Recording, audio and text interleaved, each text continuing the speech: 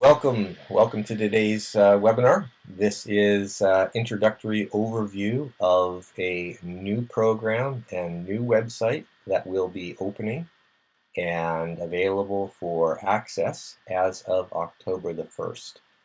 This is to give you an idea of what it is, what it's all about, a basic principle that will be explored, expressed, taught, coached, and applied through that website in order to seek the remedy that I think we are all looking for, and move everything we've been studying over the years further and further down the road to where we hopefully achieve what we're looking for. Title: Sue Wrongdoers. Wrongdoers is the legal term, the lawful term at common law for somebody who has harmed person or property or is a threat to harm person or property. And when I say person, it's the neutral term of man or woman, and property, of course, is literally everything else. So the basic principle here is that we're giving notice through this website to you and to anybody who is subject to the rules and regulations, statutes that create official positions, that the people are standing up and they are taking back their power with regards to accessing the courts in order to seek the remedies and the punishments for the wrongs of the wrongdoers that presently either hold or pretend to hold official positions in government departments, government agencies, and corporations. So the whole idea is that the principles of society are that we trusted them, we gave them our power to do things, we gave them permission to do things, and they have failed in their duty. We trusted them, they've lied to us, they've stolen from us, and they have harmed people. And now they're going to pay for it in a lawful way, which is to hold them to account by bringing the evidence to a lawful court process in an intelligent, respectful, honorable manner, and have the remedies that are available to us actually applied, possibly for the first time in a long time. And this does happen even in the courts as they operate today from time to time, because there are people who know how to operate things properly. So you're going to learn the principles and the processes on how to sue official and corporate wrongdoers. And if you're successful in your suit, then you will receive compensation. So this is, again, just an overview and introduction to the basic principles and concepts. I won't be teaching the whole process. We'll be just going over the highlights of it today so that you know where we're going to be going as of October the 1st. Now, the basic principle of society rules is that men and women are private persons at common law who give their trust to others. And those of you who aren't familiar with the term private person, it's clearly and completely covered on the website private-person.com. And person is a neutral term at law, and it depends on what type of person, private or artificial, natural or artificial, corporate, etc. They're all different. But a private person is a man or woman, that status at common law, which is the highest status at common law, because all offices derive from the permission and the trust of the private persons given to the officers who will execute duties in order to serve the private persons, the public, in the manner they're entitled to receive from the people that they've given their trust to. Now, government officials, police, judges, politicians, all have lawful authority. Their lawful authority they claim to have given to them by that trust from those private persons. And when the trust is broken or the authority is falsely claimed, the people must take action and hold the wrongdoers to account. Ultimately, it is your duty and responsibility to do so. Your failure to take action is fatal to your desire to have rights and freedom. Now, the basic principles of society is that it's the people's responsibility to keep government in check. When you give your trust to somebody, it's up to you to check to see if they're actually following through, and if they break your trust, you have to treat them accordingly. The law court systems are basically sound, in my opinion. They have just been hijacked. They're not being operated the way the design has been laid in place and the rules have been laid in place, and we don't know how to operate them. The law is supposed to be the guardian of truth and honor and justice to achieve a peaceful, prosperous society. That's the principle. That's the dream state. That's the, holy grail of the way it should be. And that is what I believe is the basic design and the basic desire and intention of the vast majority of people.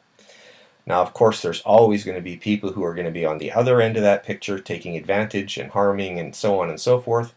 But I think that the majority is honest and honorable and justice oriented. And it's up to those people to take that power back because they are the majority.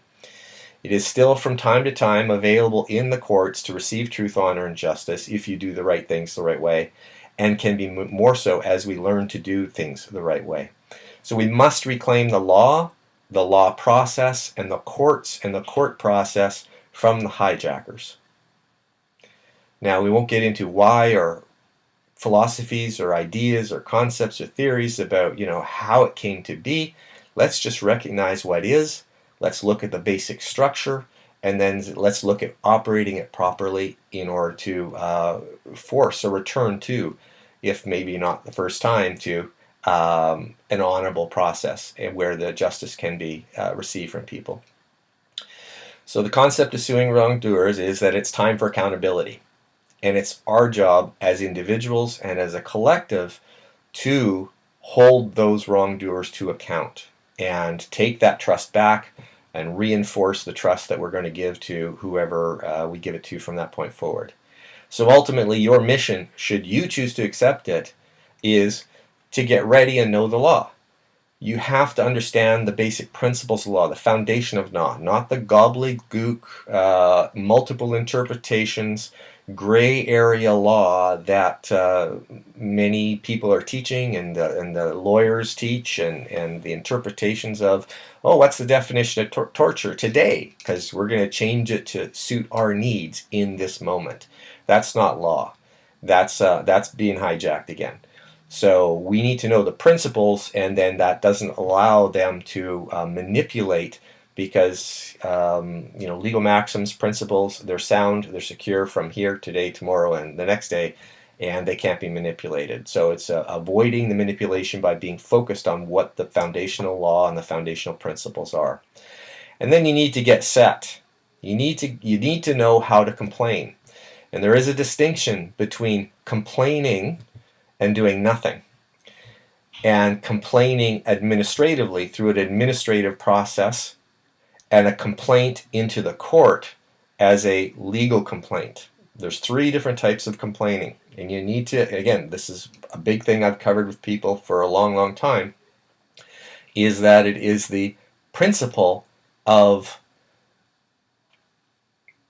the context of the words you use, because most words have multiple meanings, and that ultimate meaning is what you intended it to mean and the context it's being used in.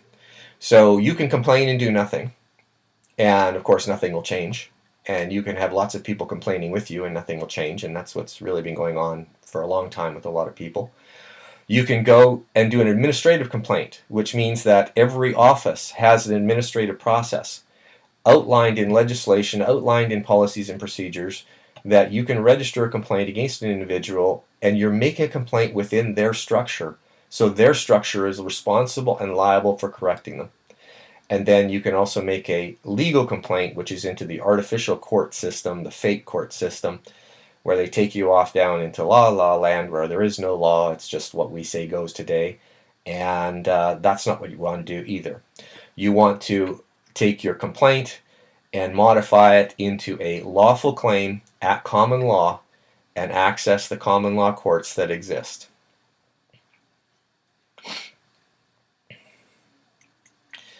Now, what is Sue Wrongdoers? The basic principle of the website is going to be to teach and facilitate the awareness of your power of complaints, properly done, properly evidenced, and your claims, properly done and properly evidenced, to hold the government and corporate officers accountable.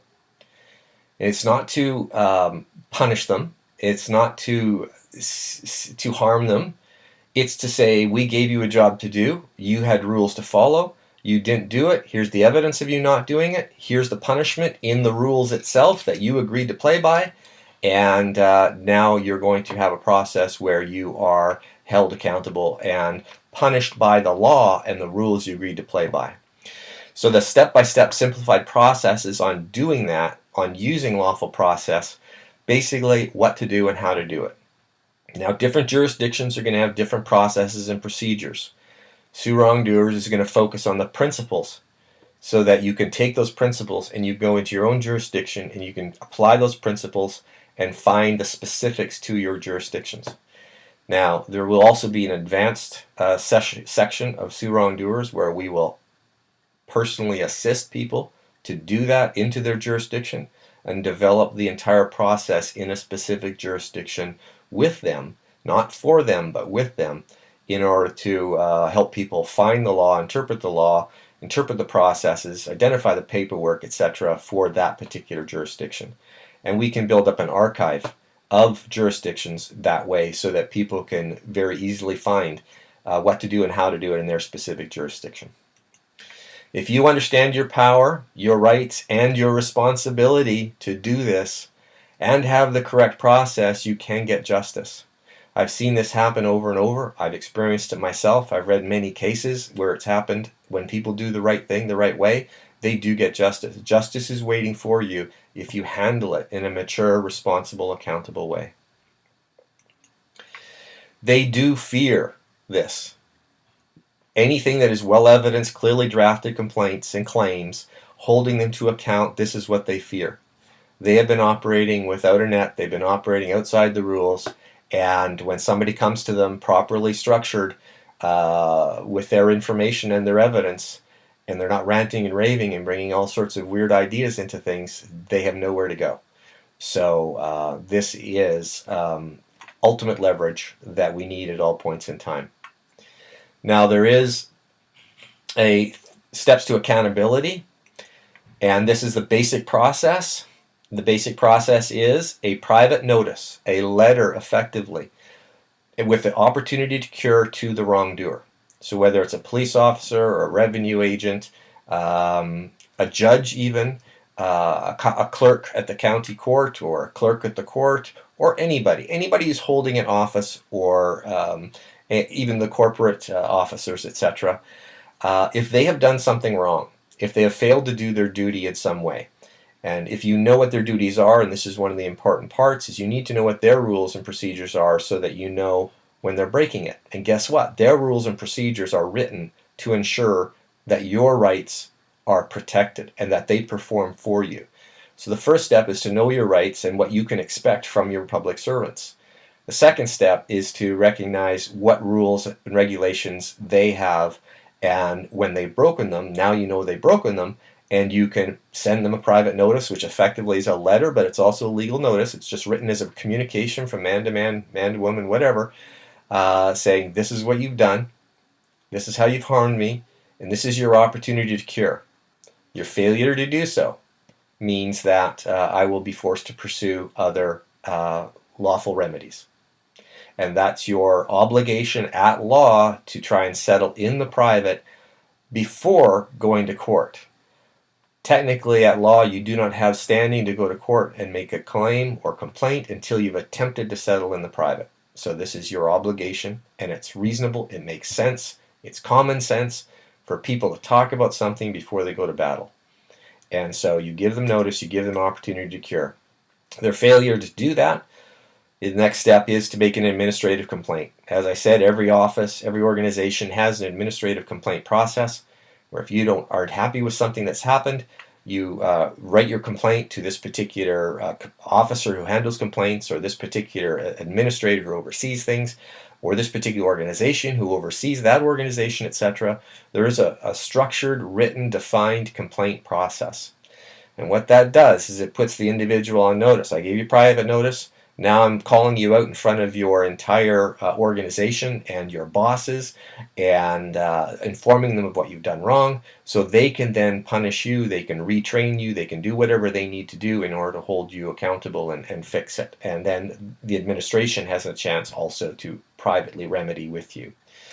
If they fail to do that, that gives you full standing to go to court and make a claim, because you've exercised all private remedies before coming to court and using the court.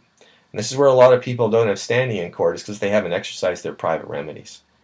And so the common law claim at common law against the wrongdoer in their private capacity, not as an officer necessarily, because when and if the wrong is not remedied privately by the first two steps. Now, there's obviously more to it than this. This is just a very basic overview outline. But for those of you who are educated, you'll be able to go and take this where you want to and do some stuff with it. But the point of SueWrongdoers is to go into depth into every one of these stages and steps, provide you with real-life examples of these letters and complaints and claims, and then show you the particular processes to do it within different organizations, whether it's a bank or corporation or the judiciary or the court registries or the county offices of your local city, state, municipality, whatever. Okay. Now, the private notice ultimately is writing a private letter in their private capacity. Why their private capacity? Because if they have done something unlawful, they've actually broken the law, they lose the protections of their office, they have no immunities of their office, and therefore the law deems them to have done it in their private capacity. The law gave them no permission to do it, therefore they must have done it in their private capacity. So you write a private letter to them, again, man to man. Keep it in common law, keep it private. Give them a chance to fix their mistake. Again, it's fair, it's reasonable, it's honorable. And if they fail to within 3 days, and the term that I use or the phrase that I use is you give them 3 days to respond, to initiate a private meeting, to enter into good faith negotiations. They don't have to remedy it within 3 days, because they may be some disagreement about exactly what went wrong and how much damage and all that sort of stuff. So you need to sit down and talk. So first is notice, and then you give them 3 days to enter into good faith negotiations with you. And if they come and they talk to you and it's not in good faith, guess what? You've exercised your private rights and you have standing to go to court. And you can stand in front of a judge and say, look, this is what I did, gave them a chance, talked to them, didn't want to do it, they were unreasonable, that's why we're here. I have full standing to make a claim. Their failure to respond or refusal to settle, you proceed to step 2, which is the administrative complaint. Ultimately, this is a private letter. It's a notice to the wrongdoer superiors and licensing body. Because it's not just the employers, it's also their licensing bodies or any oversight bodies that or agencies that oversee it. For instance, lawyers are part of the member of the bar. They have an oversight committee within the bar association if there's complaints against a lawyer. And they can lose their licenses. And if there's enough complaints against them, they won't be able to get insurance. So if you're not complaining about these guys who are doing stuff wrong, they get to trundle along, continuing to do to other people, and they got no black marks on their record. And it doesn't matter who they are. Judges have a specific process to complain, and they get investigated. Every complaint against a judge is investigated. Every complaint against a lawyer is investigated. They have a mandate by law to write a letter to you acknowledging your complaint and a letter confirming their findings or conclusions with regards to their investigation. So you're making an official record within their system, within their box, forcing them to fess up to their fellow whatever and to their superiors that they've done wrong. And so it's on their record that they've had complaints and so on. Each party noticed might reply. Some don't have to, but some are bound to investigate and report findings, and that is again a letter back to the complainant. Now, the failure to respond or refusal to investigate is make another complaint about that particular body, because that particular body has an oversight body. And yeah, I know it's starting to sound like a lot of work, but hey, freedom ain't free, right? So, common law claim, very quickly. File a common law claim at common law against the wrongdoer in their private capacity into the local common law court. Now, there's a few statements in there that people are going, well, that doesn't exist. Oh, I can't do that, etc., etc. Well, we'll deal with that in a few minutes. Let's just look at that as the basic outline. Prepare, expect, and just know that they're going to attempt to evade and avoid you filing into a common law court. And if you're trying to serve documents to somebody, they're going to evade and avoid receiving them, because they really, really don't want this. And when they go into evade and avoid, you know you're on to something good. And failure to accept a claim in the court registry, which has happened. We do have cases where people have gone to file a common law claim and been refused. And they came back from the register. We got on a call. We drafted a letter of complaint to their superior. The next morning, a fax came from the registry saying, please bring your claim back. I'll be happy to register it for you. So complaint letters, ultimately, in the cases where I've assisted people with them, have had results within 12 to 24 hours where people are doing 180 degrees. The common law courts do exist, and they are actively trying to prevent access.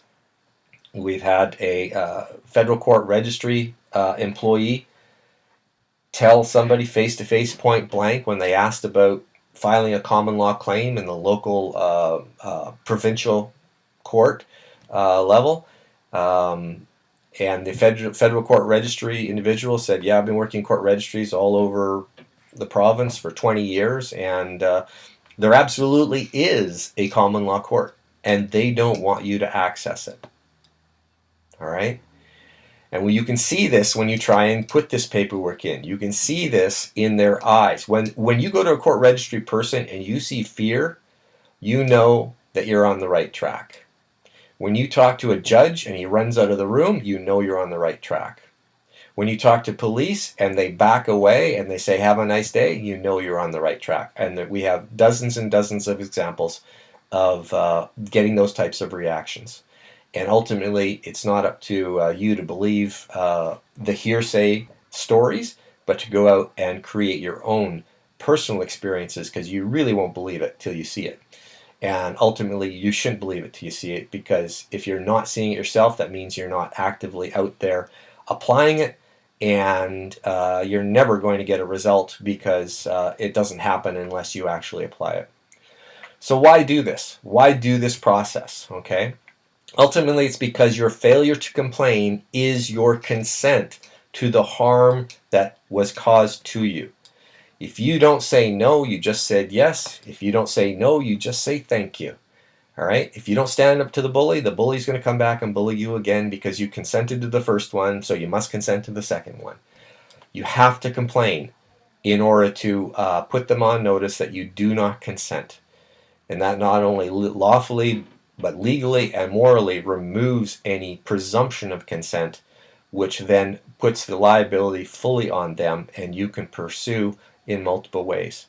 Your failure to claim at law means they face no risk, no loss, so they will continue to abuse you. The courts have turned into a free-for-all, do whatever they want to us, because nobody complains about being treated like shit when they stand in front of a judge. Nobody complains about being yelled at or threatened or jailed. So guess what? They can do it with no fear of consequences for their illegal, improper, disrespectful, dishonorable actions, because nobody's complaining about it. And just because it happened in a courtroom doesn't mean anything. Just because it's on a written record doesn't mean anything. Because if nobody accesses the audio tapes or actually gets a printed record out and then puts it in front of a third-party investigator, it never happened.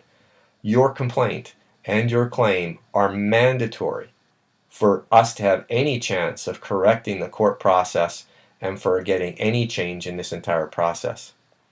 Your failure to complain and claim makes you complicit in their wrongdoing. You're a witness to a criminal act. It may have been against you, it may have been somebody else in the courtroom that you're watching, or on the side of the road that you're watching. If you're not willing to file a complaint and a claim, and if you're not willing to act as a witness in that subsequent claim in court, then you are complicit. You are a participant. You have facilitated that particular wrongdoing and future wrongdoings that individual will do against other people, because they have not been investigated for the wrongdoing that you witnessed, because you didn't complain and claim, and you didn't witness against them. And this ultimately is what I see is the number one problem with our society today, is people are not willing to get involved. They're not willing to stand up and say, that's not right, stop it, and then do an official process in order to make it into the public record that this is inappropriate and the person who is taking those wrong actions should be corrected. Your failure to complain and persist with your complaint and not stop at just the first problem. The first time the court clerk says, I'm not going to take your paperwork, you go away, says it doesn't work. Your first time when the judge mistreats you and you don't stand up, you got to that particular point and they mistreat you and you don't persist and stand up in the moment he harasses you, then you lose. You have to persist. And this is what they count on 90% of the time, 98% of the time, maybe even 100% of the time. They count on less than 2% of the people being willing to take any no from anybody. So most people will be stopped on the first no. What does it take for you to stop? Many people will be stopped at the first loss in court. Guess how many court cases are overturned on appeal? Guess how many court cases are confirmed on appeal and overturned on an appeal of the appeal? Guess how many court cases lost at the first three levels and are overturned at the Supreme Court level? Supreme Court of Canada level in this case. All right?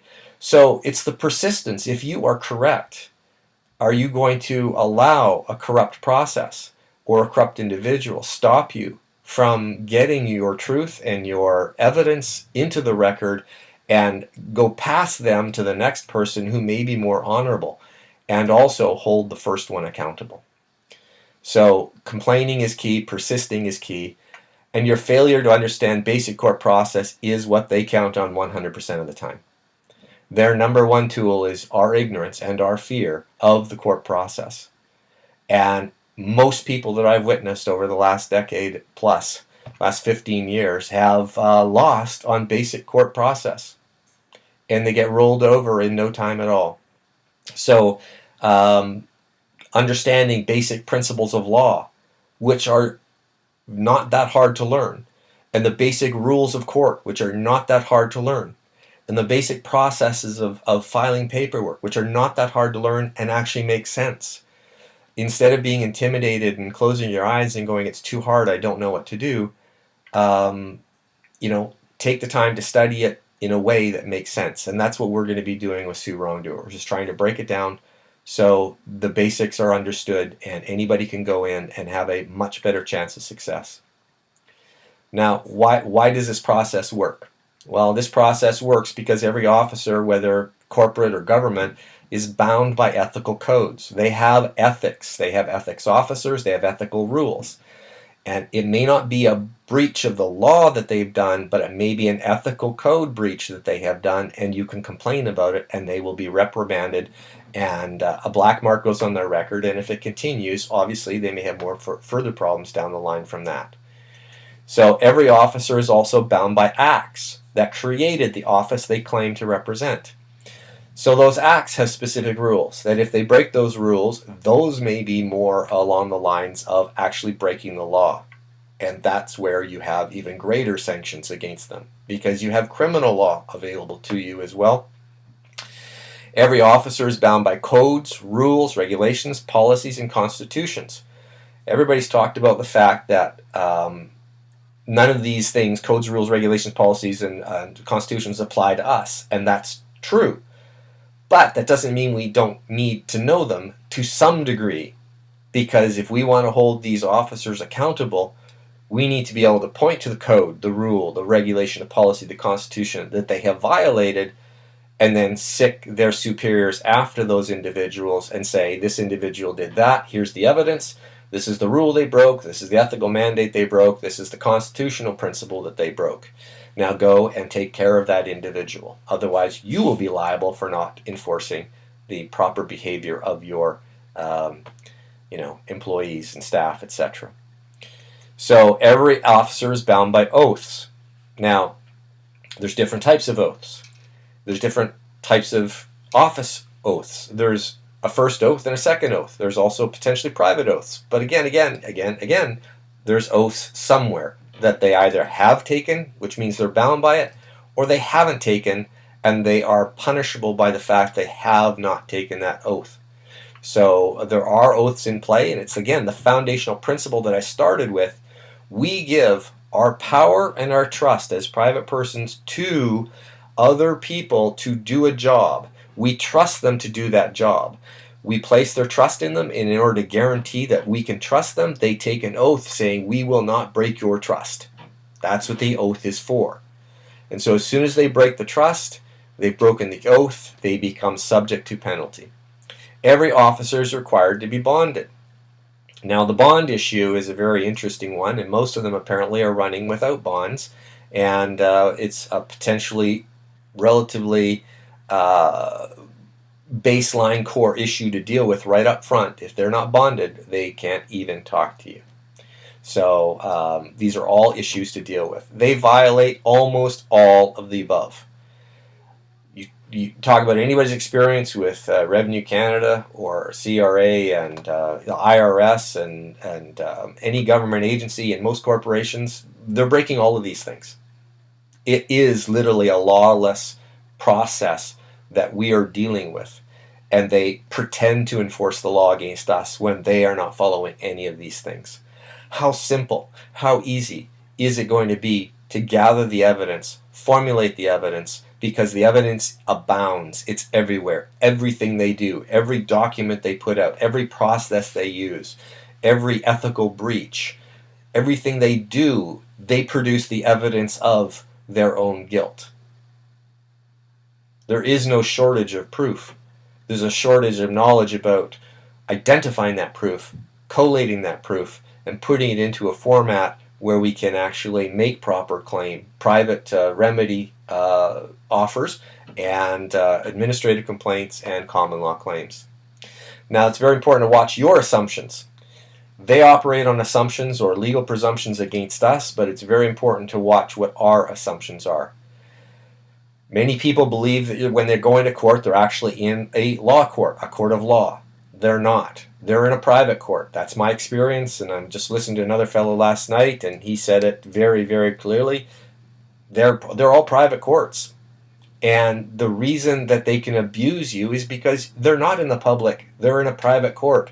They're in a private bar association court process. And we only think that it's a law process. So we go in expecting law, and we expect the rules to be followed. We expect to be treated honorably, and we're surprised when it doesn't happen.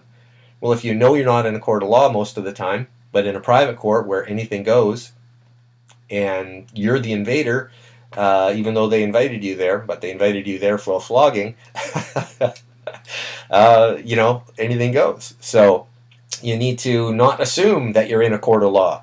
And that's why we need to understand the court process of where you're going and how to get into the right place and recognize when you're not in the right place.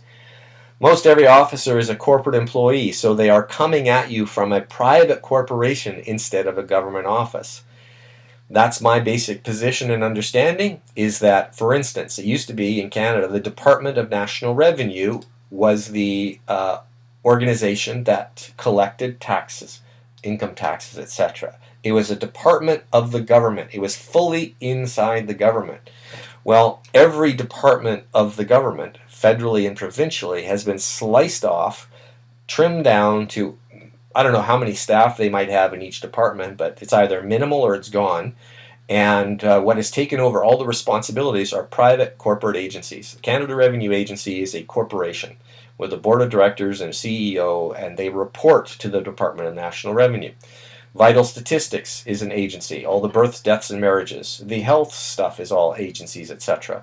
So what they've done is they've taken the government structure where they were public servants, cut them all off, put them all out into the private, into corporate structures, and they may no longer be public servants. Okay? If private, do they need an oath? Well, if it's a corporation, do corporations have oaths, and do they have to perform to an oath? And maybe they're not taking the oaths because they're no longer lawful. They're just private employees instead of having a public oath. Now, there is some legislation that does crossover that says that even though you're in a corporate environment, because you're doing public service work, you're still considered a public servant, so you have to look out for those types of crossovers. But many cases, quite possibly, they're just corporate agents and they don't need an oath. So accepting an oath that they don't have, or maybe it's an oath to Satan that you're accepting, who knows, right? Don't just accept it, request it, get it, find it before you accept it, I think. If private, does the Queen have anything to do with it? Many people are going, well, it's the Queen, and she's doing this, and she's doing that, and she can't do that, and all that sort of stuff. Well, if they're all private, what they've done is they've taken you out from underneath the Queen, and they've taken you off to a private structure with private laws and private adjudication process. It's got nothing to do with the Queen. So maybe the Queen isn't the issue. They do appear to be trying to operate as if it is in the Queen's name, which is a bait and switch fraud, which again is something we'll be dealing with. If private, are they public servants? Many people go and assume that they're all public servants because they're doing a public office duty. And as I mentioned, they may not be public servants. And there may be a difference between public servants and civil servants. Civil, civil, civil. What type of civil? What does civil mean? Why is that different from public? And so on. So it's important not to make these assumptions blindly, but to check in, do some research, confirm your assumptions, and make sure if they are correct. Because if you go in with these assumptions and you're wrong, no wonder you're losing. No wonder you're having problems. So many people are making assumptions based on what they've been taught. They've been taught that this is the way it is, and you don't go check it out. And guess what? This is the way it is with somebody else's assumption that you just bought, haven't confirmed, and so you're acting as if it's the truth when in fact it may not be, and very often isn't. Now, some of the concerns that people have is, will I become a target if I complain? This was one of the first questions I was asked when I first spoke about my court processes back in 1999. Was I had people coming up to me and going, are you afraid of getting killed?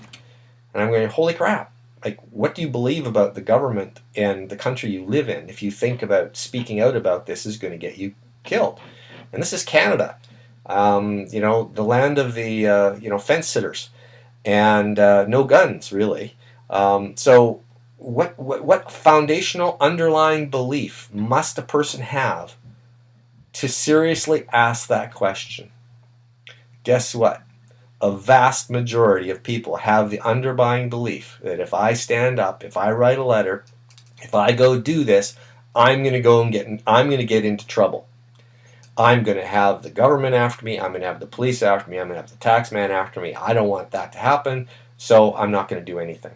And that's what stops a very, very large percentage of the general population. And the vast majority of people who claim to be freedom seekers are also stopped by that same particular issue. And I get that. I understand that. And the bottom line is, it takes courage to do it, especially once you know what you're getting yourself into. I didn't know what I was getting myself into at the beginning, and that's the whole idea, is that if you don't claim your rights and stand up for your rights, you literally have none. So you have to make a choice. Are you willing to stand up and potentially become a target? But if you have leverage in training because you know what they're doing and you know what they're doing wrong, you're not a target they want to chase after. And that's the whole idea of becoming powerful in the process of claiming your private person of full status and exercising your lawful rights in a lawful, honorable, responsible manner by activating the correct courts and the correct lawful process. Will it take a lot of my time? Well, relatively speaking, depends what a lot of time is. Your time may be spent watching TV, it may be spent with the family, it may be spent, playing video games. I don't know what you do with your time. You may be spending all your time researching this law stuff anyways. Well, if you're in any type of legal conundrum right now, chances are you're studying the law to get yourself out of the legal conundrum. You have personal motivation. Without any leverage, without any clarity of the simplicity and the principles that underline the processes that you're in, the chances of your success are slim to none. And most people are teaching far above the idea of basic principles and basic concepts. And most of those ideas that they're teaching have a lot of assumptions built into them, therefore a lot of potential problems. So you'll have to decide what's worth your time and what will you lose if you don't, and whether or not you want to spend 6 months to a year learning the right thing the right way and gaining some leverage and actually some real experience instead of just theoretical knowledge that you borrowed from somebody else. Again, everybody's got to make their own decision. And if time is your issue and that's a big concern for you, don't do it. Don't start, because it will consume a lot of your time. Absolutely. Will I really get paid? Compensated. The whole point of this is not about the compensation, but it does tickle the greed factor. I could get paid if I make a claim. Well, absolutely, you can. It's a legitimate compensation for harm that you have received. And one of the things is the case law that exists. When people make a proper claim, they get paid. And bottom line, that's fully within your right. You absolutely should get paid, and there's multiple ways to do that.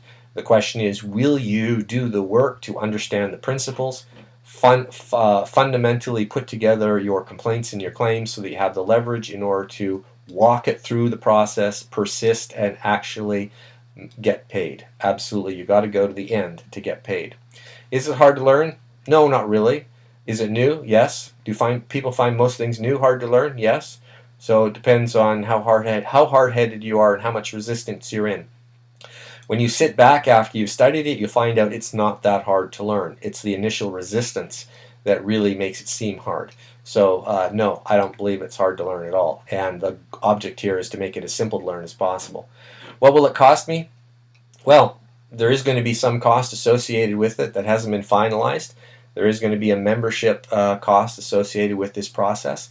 It is for people who recognize that there is value in all the time and effort and energy it takes to do the teaching and the processes and building the materials and actually walking it into courts and standing there and doing it and proving it. So if you're not willing to pay something for it, have a nice life. You're not going to be free at any point in time. You're part of the problem, and you're going to be one of the useless eaters that the New World Orders folks talk about, because you have to invest your time and you have to invest some of your money for the value that you're going to be getting. Period. End of story. Full stop. Absolutely. What will happen if I do nothing? Well, I don't know. You'll probably get beat up by the courts if you have a legal conundrum on your plate. You'll probably lose. Could you win with other people's processes? Sure, absolutely. I think anybody can win with anything. All of the theories out there are usable at some level. Many of them have flaws, and most people don't apply them properly because it takes knowledge and experience to apply it properly, and most people aren't willing to do the work to get to that level. So ultimately, this is for action takers. It's not for the complainers who sit and complain, and that's just the reality of it. That's life. So, frequently asked questions. Aren't all judges and courts corrupt? That is a perception, that is a belief which has lots of evidence to back it up. I've seen it, I've experienced it, that was my impression, etc. But when I found out that they were private courts and they weren't the law courts, and when I found out that the judges aren't really judges, they're just, administrators in these private processes, and they don't really have rules to follow, and when I found out that I wasn't really doing things properly, and if I did things properly, even in their fiction courts, I could probably win and have won, then, they're not necessarily corrupt.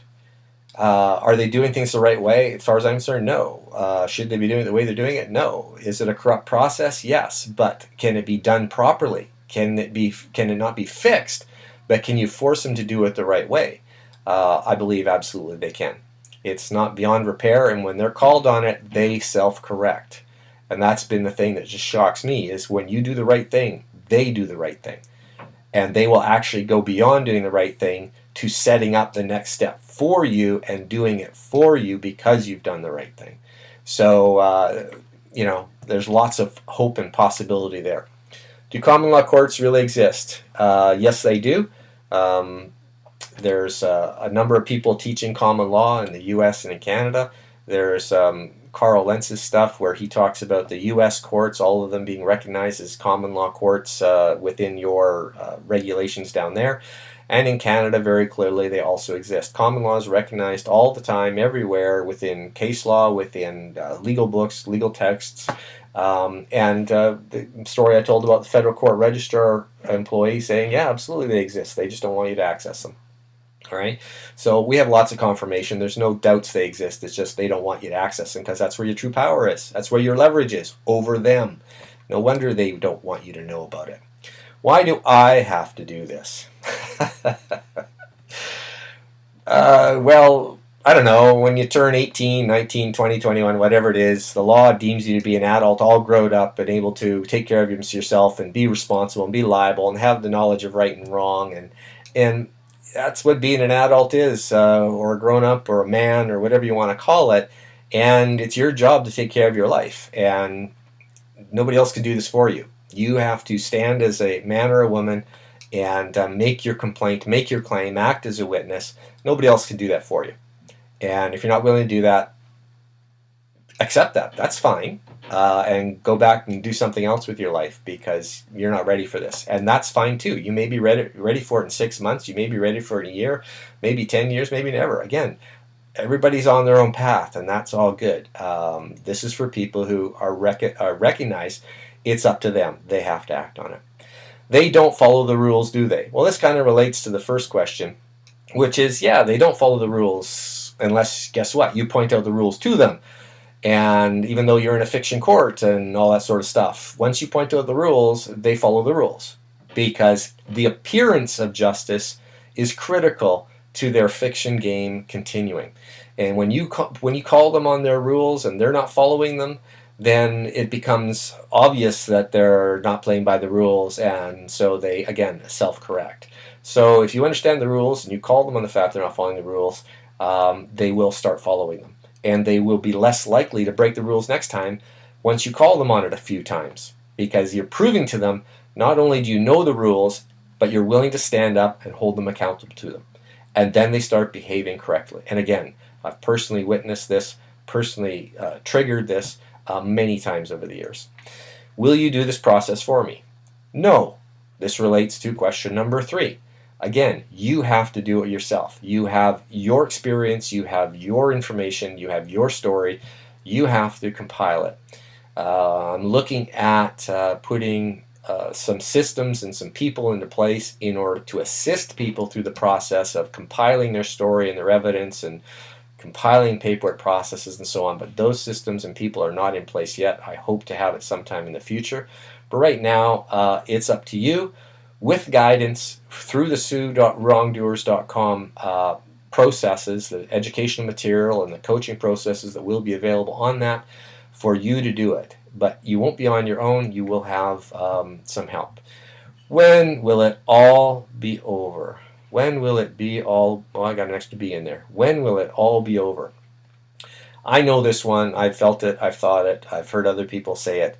Well, it'll be over when you stand up, deal with it, and prove to them that you know who you are in law, and you use the power that you have in law, and you access the resources that are available to you in order to have leverage over them and put them back in their box.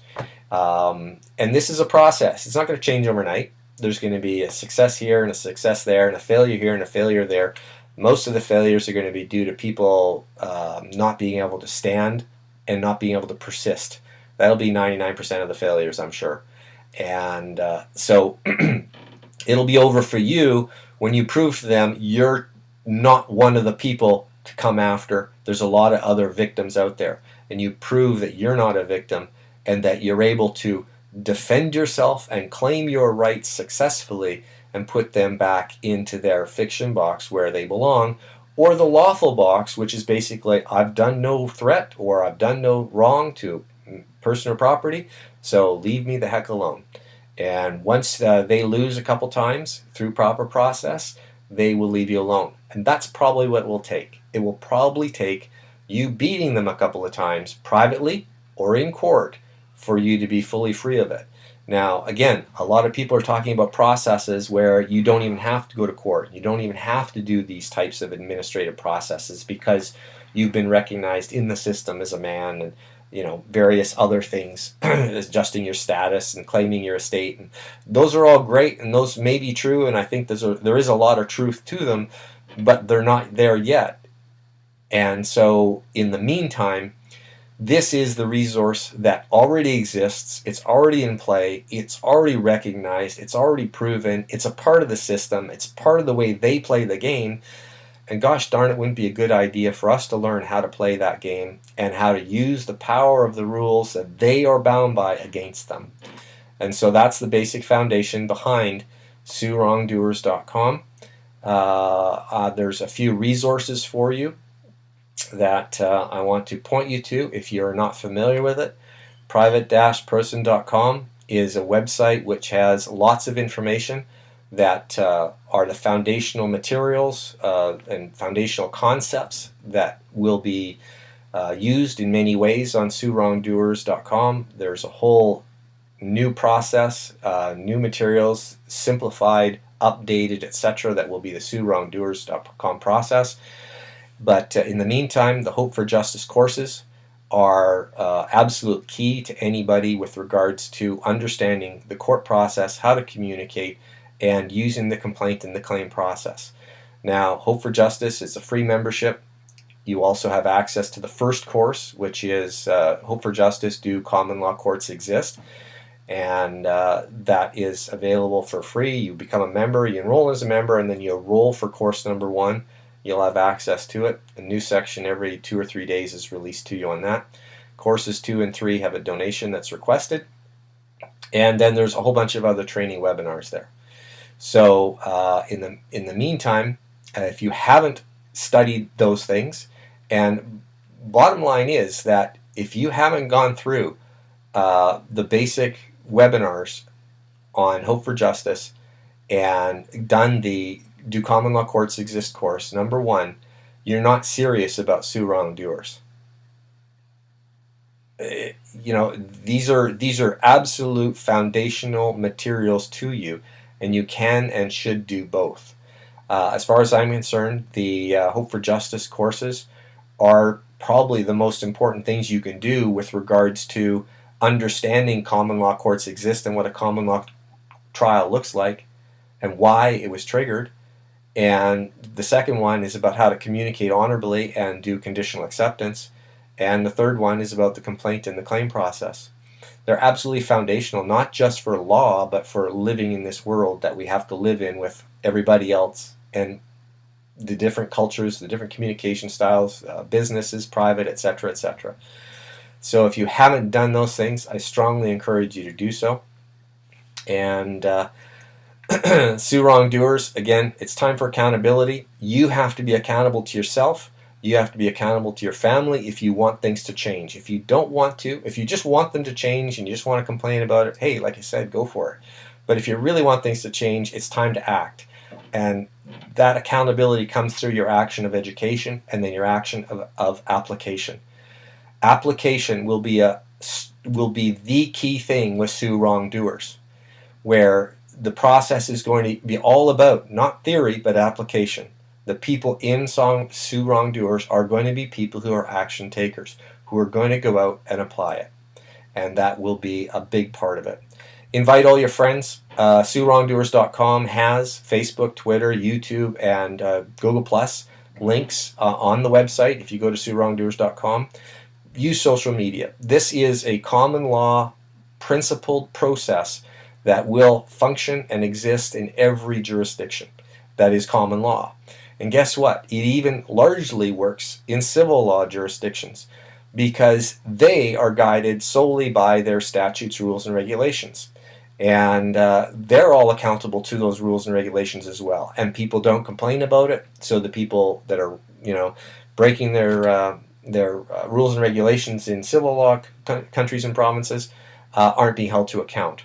This basic principle of knowing the law, knowing the rules and regulations that they are bound by, and in common law, knowing what your freedoms are, and recognizing when your freedoms are being infringed by somebody misapplying a rule or a regulation to you when that doesn't apply to you is important. So you have to get set, learn how to complain, and then you have to take it to the last step, of course, which is how to claim. So it's not about the money, it's about the process. This is what's going to create change as far as I'm concerned. And if you're successful with it because you've done your homework, you've done your work, and you've done your application, then the chances of you getting paid out are extremely, extremely high. Again, there is people that operate without any of this information, just using basic court process, totally in the box, making a good claim, even in a good complaint in the fiction world, properly evidenced. Guess what? They get paid. You only have to use the rules and the principles that are available to everybody through the rules and regulations that are on, the government law websites, the basic principles of court process. And if you have a reasonable, legitimate claim that's properly evidenced, you will receive a payment for that. And again, that goes inside the box as well as outside the box. We're just upping the ante considerably more than that. Now, that is the presentation for today. And what I would encourage you to do is there is SueWrongdoers.com. If you go to SueWrongdoers and you put your name and email into the email box, you'll get on an email list for SueWrongdoers. So you'll receive information updates. It also automatically registers you for these webinars. There are 2 more webinars like this scheduled, and then 1 more after the opening that you'll be registered for.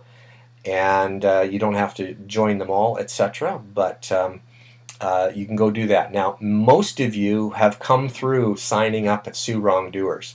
The last email that went out promoting this particular webinar, if you signed up directly through GoToWebinar from that email, you are not on the email list for SueWrongdoers.com. You need to go to SueWrongdoers.com, put your information into the email address. You can sign up automatically through Facebook or through email in order to get on the email list. So if you signed up directly for this webinar via GoToWebinar, you are not on the email list and need to go to SueWrongdoers in order to get further updates. So I'm going to stop there with regards to this presentation. Encourage you to stay tuned and go and do the resource material that I suggested to you, and I'm going to answer questions that have come in the question box since I started, and you're welcome to hang on and listen to the question and answer if you wish to, and if you have to head off, have a great day, have a great week, and we'll see you in the near future.